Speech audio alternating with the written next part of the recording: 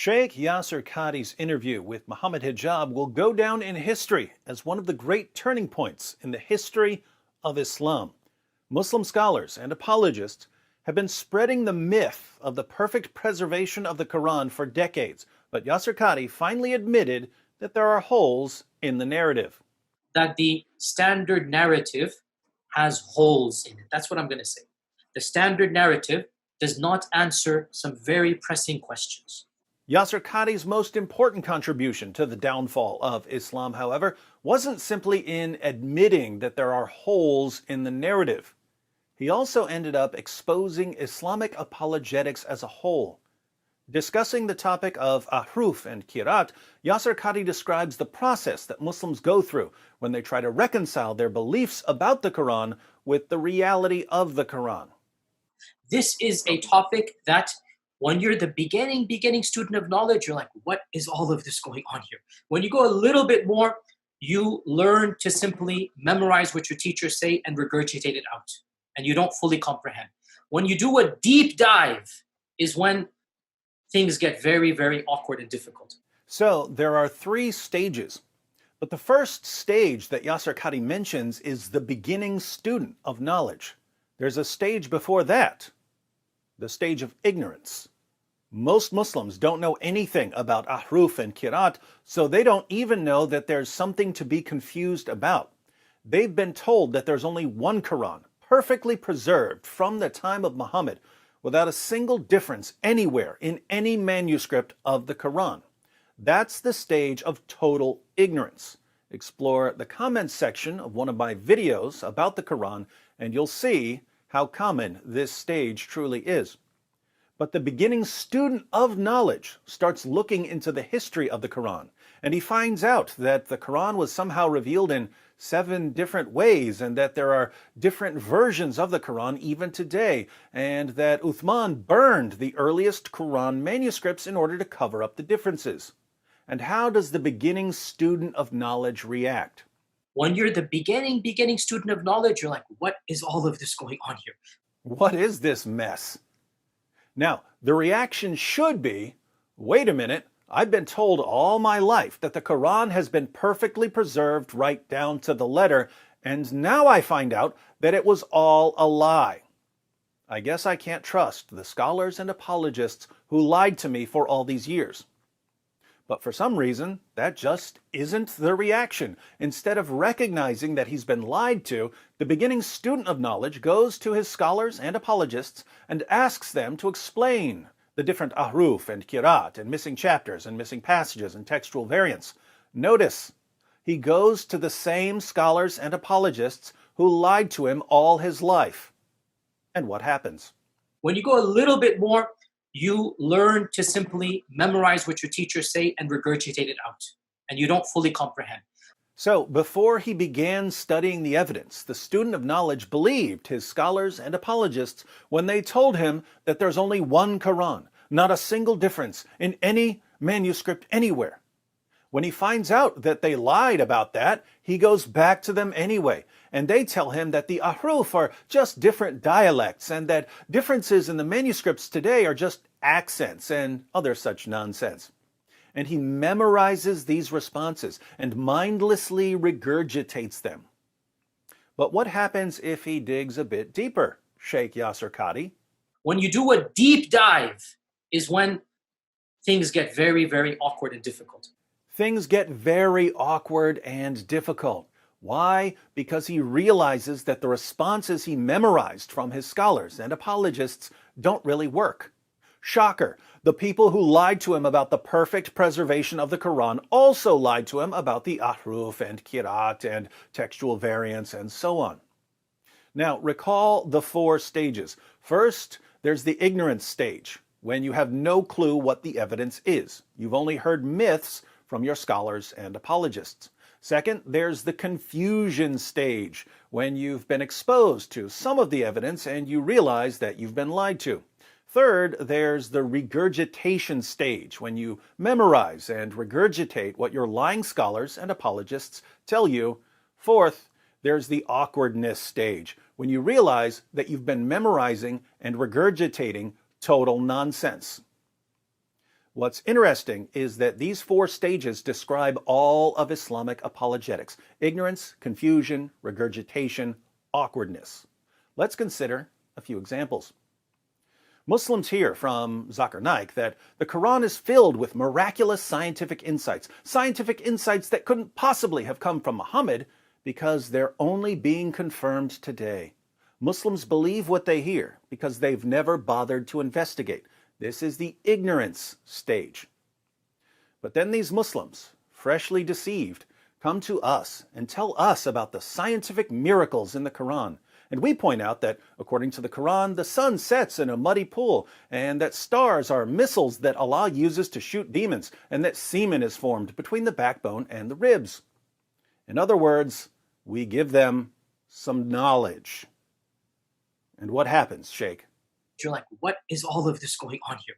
So the Muslims are confused. It's the confusion stage. Why does the Quran say all of these ridiculous things?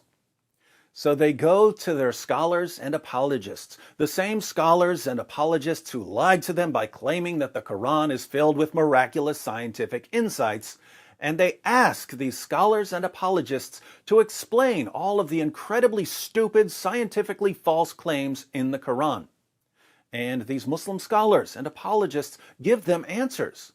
Well, when the Quran says that the sun sets in a muddy pool, it simply means that someone saw the sun's reflection in a pool as he was watching the sun set. What do the Muslims do when they hear this? You learn to simply memorize what your teachers say and regurgitate it out. The problem is they regurgitate these answers at us.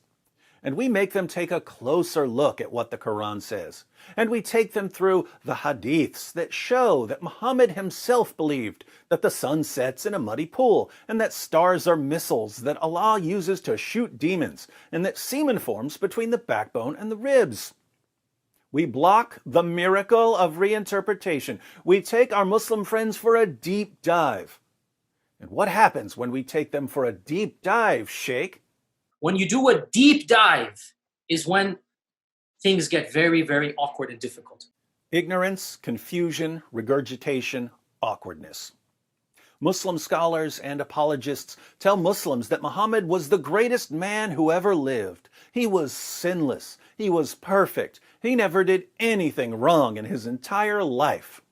What's the stage? Ignorance is bliss. Ignorance stage. Then our Muslim friends spout this nonsense to us, and we point out that Muhammad had sex with a 9-year-old girl, and that he married the wife of his own adopted son after causing the divorce by lusting after her, and that he had 9 wives at one time when his own revelations only allowed 4, and that he had sex with his slave girls, and that he tortured a man for money, and that he ordered his followers to execute people for making fun of him. How do our Muslim friends respond? I am so confused. Confusion stage. So they run to the same Muslim scholars and apologists who lied to them and told them that Muhammad was the greatest man who ever lived, and they ask these Muslim scholars and apologists to explain all of the disgustingly immoral things Muhammad did. And the scholars and apologists explain that Muhammad had to marry Aisha because he saw how smart she was, and that Muhammad had to take the wife of his own adopted son because he knew she'd be happier with him, and that Muhammad had to violate his own 4-wife limit because he had to make some political alliances. What do our Muslim friends do? The miracle of regurgitation. They regurgitate this nonsense. So we show them that these justifications are absolutely absurd, even according to their own sources. What follows? Awkward. Pure awkwardness. Are you seeing how these 4 stages come up over and over again? Muslims are told that the Quran claims that the Bible has been corrupted. Ignorance stage. So we point out that the Quran affirms the inspiration, preservation, and authority of the Bible, leaving our Muslim friends in the confusion stage. Then these Muslims run to their apologists who lie to them about Surah 2, verse 79, and Surah 3, verse 78, and these Muslims start regurgitating. So we show these Muslims the context of these verses and that there isn't a single verse in the Quran which, when correctly interpreted, says a single word of criticism about the Bible. And our Muslim friends are stuck feeling awkward. These are the 4 stages of Islamic deception exposed by Sheikh Yasir Qadhi, who, ironically enough, uses them quite frequently. So the Caliph Uthman standardized the copies of the Quran, and therefore from his time up until our time there has never been 2 copies of the Quran that are different even in one letter or one word. Now think about this. The beginning student of knowledge is confused when he's first exposed to some degree of reality.